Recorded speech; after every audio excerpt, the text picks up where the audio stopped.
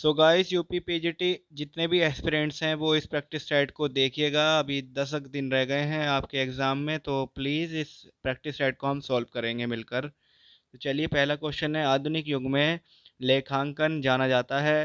पहला ऑप्शन है मौद्रिक इकाइयों में व्यक्त किए जाने वाले व्यवहारों के लेखन, वर्गीकरण व संक्षिप्तीकरण करने की कला के रूप में। दूसरा ऑप्शन है व्यवसाय की भाषा के रूप में। तीसरा ऑप्शन है व्यावसायिक सूचना के स्रोत के रूप में। और चौथा ऑप्शन है उपयुक्त सभी के रूप में। तो गाइस, इसका आंसर होगा उपयुक्त सभी, क्योंकि ये मॉनेटरी फॉर्म में भी यूज़ किया जाता है, व्यवसाय की भाषा के रूप में भी, और व्यावसायिक सूचनाओं के स्रोत के रूप में भी यूज़ किया जाता है। क्वेश्चन नंबर 2 है, लेखा सूचनाओं का प्रयोग वाला समूह है, यानी कि अकाउंटिंग इंफॉर्मेशन का जो इनमें से ग्रुप है वो कौन सा है। व्यवसाय के स्वामी यूज़ करते हैं क्या, व्यवसाय के प्रबंधक, व्यवसाय के भावी विनियोजक, या ये सभी। तो भाई, स्वामी भी यूज़ करते हैं, प्रबंधक भी, और भावी विनियोजक जो फ्यूचर इन्वेस्टर्स हैं वो सभी अकाउंटिंग इंफॉर्मेशन का यूज़ करते हैं। नंबर थर्ड क्वेश्चन देखते हैं, तीसरा, पुस्तपालन की दोहरी प्रविष्टि प्रणाली में एक सौदा प्रभावित करता है, यानी कि डबल एंट्री सिस्टम में एक जो सौदा होगा, एक आइटम जो है, एक खाते को दो प्रकार से प्रभावित करता है, एक बार डेबिट और एक बार क्रेडिट। आगे क्वेश्चन में चलते हैं। फोर्थ क्वेश्चन है, लेखांकन की वसूली का सिद्धांत लागू नहीं होता है। तो लेखांकन की वसूली वाला सिद्धांत कहाँ लागू नहीं होता है। ऑप्शन नंबर ए है दीर्घकालीन ठेका कार्यों में। ऑप्शन नंबर 2 है बिजली उत्पादन एवं वितरण में। ऑप्शन नंबर 3 है जहाजरानी कंपनियों में। या फिर ऑप्शन नंबर 4 है रेलवे में। सो गाइस, रेलवे में आप देखते हैं वसूली का सिद्धांत लागू होता है, जहाजरानी कंपनियों में भी लागू होता है, और बिजली उत्पादन एवं वितरण में तो ये लागू होता ही है। तो गाइस, यहाँ पर लास्ट ऑप्शन रह गया है दीर्घकालीन ठेका कार्यों में। यहाँ पर ये जो हमारा वसूली सिद्धांत है वो लागू नहीं होता है, क्योंकि यहाँ पर ये चीज़ आपको नहीं मिलेगी देखने के लिए कि बीच बीच में आप वसूल करते जाएंगे पैसा। क्वेश्चन नंबर 5 है, वसूली खाता क्या होता है। वसूली खाता इनमें से कौन सा खाता होता है। व्यक्तिगत खाता होता है, नाम मात्र खाता होता है, वास्तविक खाता होता है, या फिर उच्चन खाता होता है। तो वसूली खाता जो उसे इंग्लिश में बोलते हैं रियलाइजेशन अकाउंट। और रियलाइजेशन अकाउंट का मतलब क्या है, इसमें किसी भी फर्म के समापन की दशा में जो वसूल किए जाने वाले आय व्यय होते हैं, या फिर एसेट्स की इंक्रीज या डिक्रीज होती है, उसको नोट रिकॉर्ड किया जाता है। तो एक तरह का नाम मात्र खाता होता है। तो गाइस, आगे चलते हैं, 6 क्वेश्चन देखते हैं। खातों का संबंध आय व्यय लाभ और हानि से है तो उसे कहते हैं, तो जिस खाते का संबंध इनकम एक्सपेंडिचर प्रॉफिट और लॉस से हो उसे कहते हैं नॉमिनल अकाउंट, यानी कि नाम मात्र खाता। आइए चलते हैं, 7 क्वेश्चन देखते हैं। संपत्तियां जो व्यापार में लाभदायकता बढ़ाने के लिए, यानी कि प्रॉफिटेबिलिटी के रूप में क्रय की जाती हैं, ना कि बेचने के लिए, कहलाती हैं। तो फ्यूचर में प्रॉफिटेबल कमाने के बनाने के लिए अपने आप को कोई बिजनेस जो एसेट खरीदता है वो एसेट कहलाती हैं फिक्स्ड एसेट्स, यानी कि स्थायी संपत्तियां। नेक्स्ट क्वेश्चन है 8 नंबर पे, जब दो या दो से अधिक फर्मों का मिश्रण होता है, यानी कि उनको एक साथ मिलाया जाता है, तो उसे कहते हैं, जब दो फर्म एक साथ मिलकर के एक ही व्यापारिक उद्देश्य से काम करती हैं तो उसे कहते हैं अमलगमेशन, यानी कि एकीकरण। सो गाइस, नेक्स्ट क्वेश्चन पे चलते हैं हम। नेक्स्ट क्वेश्चन क्या है 9th नंबर पे, इनमें से कौन सा कथन गलत है। पहला कथन जो आपके साथ में पढ़ रहा हूँ, साझेदारी में साझेदारों की न्यूनतम संख्या 3 होती है। तो आपको पता ही है साझेदारों में न्यूनतम संख्या 2 होती है। यहाँ पर पहला ही ऑप्शन गलत है, लेकिन मैं और ऑप्शन भी पढ़ता हूँ। प्राइवेट कंपनी में सदस्यों की न्यूनतम संख्या 2 होती है, बिल्कुल सही बात है। एकाकी व्यापार जो है व्यावसायिक संगठन का प्राचीनतम रूप है, ये बिल्कुल सही बात है। सार्वजनिक कंपनी का पंजीयन कराना अनिवार्य है, ये भी बिल्कुल सही बात है। तो जो ऑप्शन नंबर ए है हमारा, वही यहाँ पर गलत है। नंबर 10 क्वेश्चन आ रहा है आपके साथ, वयस्क होने पर यदि एक अवयस्क साझेदार फर्म में साझेदार के रूप में बने रहने का चुनाव करता है तो वह फर्म के ऋणों के प्रति दायी होगा। अपने वयस्क होने की तिथि से, जिस दिन वो वयस्क हो गया है उस दिन होगा क्या, या फिर फर्म में लाभ प्राप्ति की साझेदारी में आने की तिथि से, या जब से वह साझेदार बनने का चुनाव करता है तब से, या फिर फर्म में प्रवेश की तिथि से। सो गाइस, जिस दिन से उसने लाभ की प्राप्ति की है, साझेदारी में आने की तिथि, उसी से ही वो उसका उत्तरदायी माना जाएगा। तो गाइस अगला क्वेश्चन देखते हैं। 11 नंबर का क्वेश्चन है, फर्म के लाभों का हिस्सा प्राप्त करने के लिए नए साझेदार को कौन सी राशि देनी पड़ती है? इनमें से एकीकरण की राशि, ख्याति, त्याग या उपयुक्त सभी। सो गाइस आप सभी जानते ही हैं, जब फर्म में कोई नया साझेदार आता है तो उसे क्या देना पड़ता है? उसे देना पड़ता है ख्याति यानी गुडविल, जो पुराने पार्टनर्स से कमाई है, पुराने पार्टनर्स ने जितनी भी गुडविल कमाई है वो देनी होती है। क्वेश्चन नंबर 12 एक न्यूमेरिकल पोर्शन का क्वेश्चन है, लेकिन फिर भी हम इसे अटेम्प्ट करते हैं। एक्स वाई जेड साझेदार हैं जो क्रम से 4:2, 4:2, 1 में प्रॉफिट और लॉस को शेयर करते हैं। यह निश्चित किया गया है कि किसी भी हालत में जेड का जो शेयर होगा 7,500 से कम नहीं होगा, यानी कि यहाँ पर गारंटी टू पार्टनर दी गई है, प्रॉफिट की गारंटी टू पार्टनर दी गई है, 7,500 से कम नहीं देंगे। तो देखते हैं टोटल प्रॉफिट कितना है। यहाँ पर टोटल प्रॉफिट दिखाया है 31,500। इसमें से जेड का प्रॉफिट माइनस कर दीजिए 7,500, तो आपके बचते हैं 24,000। और 24,000 को आप जो दो पार्टनर बचे हैं बाकी उसके रेशो में बांट दीजिए, तो बचता है रेशो 16,000 और 8,000।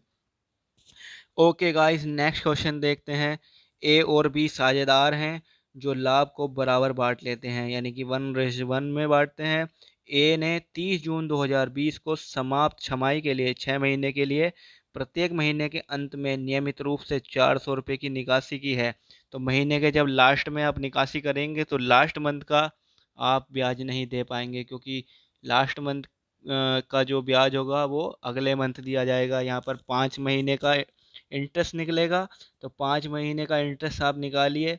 यहाँ पर कैसे निकलेगा? 400 रुपये पर मंथ यहाँ पर निकाले जा रहे हैं, तो 400 की मल्टीप्लाई 6 से करेंगे पहले, यानी 2,400 टोटल अमाउंट हो गई, जिसमें हमें 5/12 करना होगा। ओके गाइस, और 5/100 करना होगा। ओवरऑल हमारा जो आंसर आएगा वो होगा 25 रुपीज़। इस क्वेश्चन को आप घर पे करके देख सकते हैं। नेक्स्ट क्वेश्चन है, सभी क्षमता अंशधारी होते हैं कंपनी के प्रतिनिधि, कंपनी के मालिक, कंपनी के ऋणदाता या कंपनी के ग्राहक। क्षमता अंशधारियों को पहले तो आप समझिए क्या कहते हैं इन्हें इंग्लिश में। इन्हें बोलते हैं इक्विटी शेयर्स होल्डर। और इक्विटी शेयर्स होल्डर जो होते हैं वो कंपनी में क्या कहलाते हैं? कंपनी के वास्तविक स्वामी कहलाते हैं। तो ये ऑप्शन नंबर बी जो इसका आंसर, इसका कंपनी के मालिक कहलाएगा। अगला क्वेश्चन है क्वेश्चन नंबर 15, अभिगोपन कमीशन निम्नलिखित में से किस आधार पर देय होता है? अभिगोपन को मैं बता दूं इंग्लिश में बोलते हैं अंडर राइटिंग कमीशन। और ये किस हिसाब से देय होता है? तो एक सीमित दायित्व वाली कंपनी जब व्यापार प्रारंभ करने का प्रमाण पत्र प्राप्त कर लेती है, तब वह अपने अंशों के निर्गमन हेतु एजेंटों को अंशों के विक्रय की जिम्मेदारी सौंप देती है। और इसके लिए उनको क्या दिया जाता है? अभिगोपक कमीशन। अभिगोपक जो एजेंट हैं उनको अंशों के निर्गमन के मूल्य के आधार पर कमीशन प्रदान किया जाता है, जिसे अभिगोपन कमीशन कहा जाता है। आप समझ गए होंगे कि ये अंडरराइटिंग कमीशन क्यों है। सो गाइस आगे चलते हैं, बढ़ते हैं आगे नेक्स्ट क्वेश्चन पर। क्वेश्चन नंबर 16, कंपनी द्वारा निर्गमित समता अंशों पर बट्टे की अधिकतम दर हो सकती है, यानी कि जो परसेंटेज ऑफ डिस्काउंट है वो कितना हो सकता है? तो डिस्काउंट जो हो सकती है आपको मैं बतला दूं, आप सभी को मैं ये चीज़ समझा देता हूँ कि कंपनी द्वारा निर्गमित समतांश जो इक्विटी शेयर्स होते हैं उनको डिस्काउंट पर अगर मैक्सिमम हम कर सकते हैं इशूड, तो वो कर सकते हैं 10% डिस्काउंट पर। ओके गाइस, और ये है कंपनी एक्ट की अंडर सेक्शन 79 के अंडर में आता है। नेक्स्ट क्वेश्चन क्या है? अंश निर्गमन पर प्राप्त प्रीमियम को दिखाया जाता है। तो जो प्रीमियम होता है उसको कहाँ दिखाया जाता है?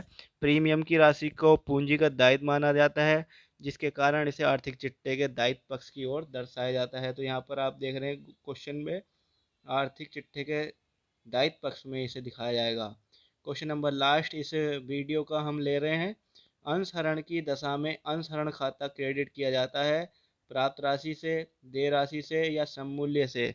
तो यहाँ पर जो अंशहरण राशि है वो होती है प्राप्त राशि, जो आपको प्राप्त हो जाती है फोरफिचर अकाउंट में, उससे हम इसको क्रेडिट करते हैं, sorry. Okay guys, thank you so much.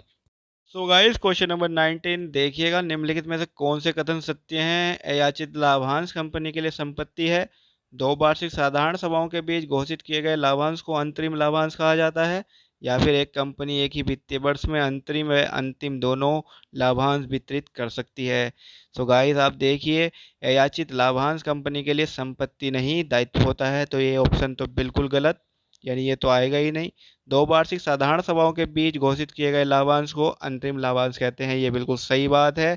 और साथ ही साथ एक कंपनी एक ही वित्तीय वर्ष में अंतरिम तथा अंतिम दोनों प्रकार के लाभांश वितरित कर सकती है, ये भी सही है। तो ऑप्शन नंबर ए सही होगा इसका, बी एवं सी। क्वेश्चन नंबर 20 भाई, ये एक न्यूमेरिकल पोर्शन का क्वेश्चन है, तो इसको हम यहाँ पर सॉल्व नहीं करना समझेंगे, उचित नहीं लगेगा। क्वेश्चन नंबर 21 देखते हैं। आय और व्यय का लेखा दिखाता है। जो इनकम और एक्सपेंडिचर अकाउंट होता है उसका लेखा क्या दिखाता है? सकल लाभ? नहीं भाई, सकल लाभ तो उसमें नहीं आता है। शुद्ध लाभ भी नहीं आता है, और ना ही उसमें वित्तीय स्थिति का पता चलता है। इनमें से कोई नहीं इसका आंसर होगा। क्वेश्चन नंबर 22, एक गैर व्यापारिक संस्था के अंतिम खातों में क्या नहीं बनाया जाता? गैर व्यापारिक संस्था यानी एनपीओ, नॉन प्रॉफिट ऑर्गेनाइजेशन। प्राप्ति एवं भुगतान खाता, ये तो बनाया जाता है। आईवीए खाता भी बनाया जाता है, व्यापार खाता भी, लेकिन आर्थिक चिट्ठा इसका नहीं बनता है। ठीक है गाइस, 23rd क्वेश्चन, ये भी एक इम्पोर्टेंट क्वेश्चन है, लेकिन ये है एक न्यूमेरिकल क्वेश्चन, इसको भी हम सॉल्व नहीं कर सकते हैं इस वीडियो में। नेक्स्ट क्वेश्चन देखिएगा 24, एक स्कूल के आईवीए खातों में डेबिट किया जाएगा। तो आईवीए खातों में जो डेबिट साइड होती है वहाँ पर एक्सपेंसेस लिखे जाते हैं, और क्रेडिट साइड में क्या लिखे जाते हैं? इनकम लिखे जाते हैं। इसलिए डेबिट साइड में आपको क्या मिलेंगे? जैसे जो खर्च वगैरह किया जाएगा स्कूल द्वारा, जैसे भूगोल हेतु खरीदे गए नक्शे पर भी है जो किया गया है, ये एक व्यापारिक जो स्कूल है वो हमारा पढ़ाई लिखाई से रिलेटेड खर्च कर रहा है, तो यहाँ पर डेबिट साइड में भूगोल हेतु खरीदे गए नक्शे आ जाएंगे। अगला क्वेश्चन है, निम्न में से कौन सा खाता प्रारंभिक शेष में आरंभ नहीं होता है? प्रारंभिक शेष जानते हैं? ओपनिंग ओपनिंग जो बैलेंस होता है। आयव्यय खाता, प्राप्ति भुगतान खाता, लाभ हानि खाता, या वसूली खाता। तो आप सभी समझ गए होंगे क्या है इसका आंसर। इसका आंसर होगा जो आपको अभी समझ में आना चाहिए। क्वेश्चन नंबर है आपका 25। तो एक गैर व्यापारिक संस्था जो एनपीओ बनाया जाने वाला खाता होता है, रिसीव्ड एंड पेमेंट अकाउंट, इसमें कभी भी ओपनिंग बैलेंस नहीं आता है। जबकि आप देखते हैं जो प्रॉफिट एंड लॉस अकाउंट होता है वहाँ पर आपका ग्रॉस प्रॉफिट जो है ट्रांसफ़र होता है, वही आपका ओपनिंग बैलेंस होगा, और रियलाइजेशन अकाउंट में भी ओपनिंग बैलेंस होता है। ओके गाइस, अगला क्वेश्चन पे चलते हैं। अगले क्वेश्चन को देखते हैं। अगले क्वेश्चन को देखिए आप बड़े ध्यान से। क्वेश्चन नंबर 26, अधिकार शुल्क खाता है, यानी कि रॉयल्टी अकाउंट किस तरह का खाता है? तो रॉयल्टी भाई साहब एक आईबीए खाता होता है जिसे हम नॉमिनल अकाउंट के रूप में देखते हैं। ओके गाइस, क्वेश्चन नंबर आपका 26 है, तो इसे आप समझ सकते हैं अधिकार शुल्क से किसी प्रकार के किराए से है, और किराया क्या होता है? एक नॉमिनल अकाउंट के रूप में आता है। ओके गाइस, अगला क्वेश्चन देखिएगा, स्क्रीन पर आप देख ही पा रहे हैं 25 नंबर का क्वेश्चन। निम्न में से कौन सा प्रारंभिक शेष से ये तो मैंने बस बोल दिया है। 27 क्वेश्चन क्या है? लघु कार्य की राशि का सूत्र क्या है, यानी कि शॉर्ट वर्किंग कैसे निकाली जाएगी? तो शॉर्ट वर्किंग हमेशा जो हमारा रॉयल्टी होती है minus minimum rent, royalty minus minimum rent जो होगा वो आपका आंसर होगा। ठीक है, तो आप शॉर्ट वर्किंग वाला जो क्वेश्चन है समझ जाइए। आपको ये न्यूनतम किराए से कम जब काम होता है, मिनिमम रेंट माइनस रॉयल्टी, ये उल्टा बोल दिया मैंने आपको। यही गड़बड़ हो जाती है बड़े बड़े एग्जाम में जा कर के। ठीक, जब मिनिमम रेंट से भी कम काम होता है तब क्या होता है? शॉर्ट वर्किंग होती है। तो royalty sorry short working equals to यानी कि मिनिमम रेंट माइनस रॉयल्टी, इससे आप इसको देख सकते हैं। ठीक, नेक्स्ट क्वेश्चन देखिएगा, न्यूनतम किराया देय होगा जब, मिनिमम रेंट कब दिया जाता है? जब अधिकार शुल्क न्यूनतम किराए से कम हो। सही बात है ना। जब आप रॉयल्टी जो है अधिकार शुल्क मिनिमम रेंट कब देना होगा, जब हमारी रॉयल्टी है वो मिनिमम रेंट से कम हो जाती है। ठीक है, अधिकार शुल्क न्यूनतम किराया से कम होगा तभी आप जो है क्या करेंगे, मिनिमम रेंट देंगे। ठीक है, ओके गाइस, हम आगे चलते हैं। अगला क्वेश्चन क्या है, 29 क्वेश्चन है। न्यूनतम किराया देय होने पर जनरल प्रविष्टियाँ क्या होगी, जनरल एंट्री क्या बनेगी मिनिमम रेंट से रिलेटेड। तो minimum rent account debit to landlord account, ये एंट्री बनती है। तो ये क्वेश्चन, ये जो एंट्रीज वगैरह हैं इसमें तो भाई ये सब एक तरह से कहना चाहिए नॉर्मल सी बातें हैं जिसको हमें ध्यान में रखना है। अब आगे का क्वेश्चन क्या है, किराया क्रय पद्धति में अंतिम किस्त के भुगतान के पूर्ण पूर्व क्रेता वस्तु को उचित ढंग से उपयोग कर सकता है, बेच सकता है, नष्ट कर सकता है या गिरवी रख सकता है। ये बात आपको बहुत अच्छी तरह से समझ में आनी चाहिए। जब कोई संपत्ति हायर परचेज सिस्टम पर खरीदी जाती है तब वो सभी किस्तों का भुगतान अगर नहीं होता है तब तक माल का स्वामित्व क्रेता को हस्तांतरित नहीं होता है और प्रत्येक किस्त में नकद मूल्य के साथ अदद राशि का ब्याज भी सम्मिलित होता है। और यदि क्रेता भुगतान करने में त्रुटि करता है तो विक्रेता माल वापस लेने का अधिकारी माना जाता है। तो इसका ऑप्शन नंबर ए सही है, उचित ढंग से उपयोग कर सकता है। किराए क्रय पट्टी में अंतिम किस्त के भुगतान के पूर्व। 31 यानी 31 क्वेश्चन है, वस्तु विक्रय अधिनियम लागू नहीं होता है नकद क्रय पद्धति में, उधार क्रय पद्धति में, किस्त भुगतान पद्धति में या हायर परचेज पद्धति में। तो हायर परचेज पद्धति में वस्तु क्रय विक्रय अधिनियम लागू नहीं होता है। नेक्स्ट क्वेश्चन क्या है, किराया क्रय पद्धति में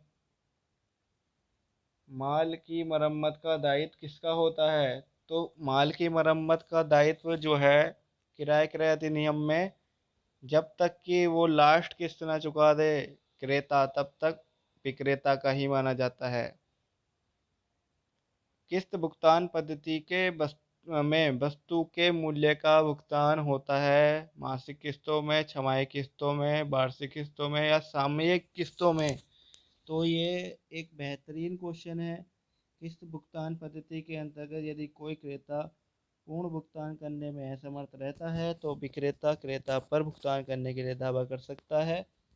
और यहाँ पर आप जो हैं किस तरह से किस्तों का भुगतान कर सकते हैं, सामयिक किस्तों में कर सकते हैं, आपकी मर्जी है, 6 महीने में कर सकते हो, 1 महीने में, 3 महीने में, जैसी आपको किस्त बनवानी हो। अगला क्वेश्चन है, किस भुगतान पद्धति में वस्तु पर क्रेता का स्वामित्व हो जाता है। तो वस्तु का स्वामित्व कब हो जाता है, किस्त भुगतान पद्धति में वस्तु पर क्रेता का स्वामित्व अनुबंध होते ही हो जाता है। जैसे ही कॉन्ट्रैक्ट होगा वैसे ही उसका स्वामित्व हो जाएगा।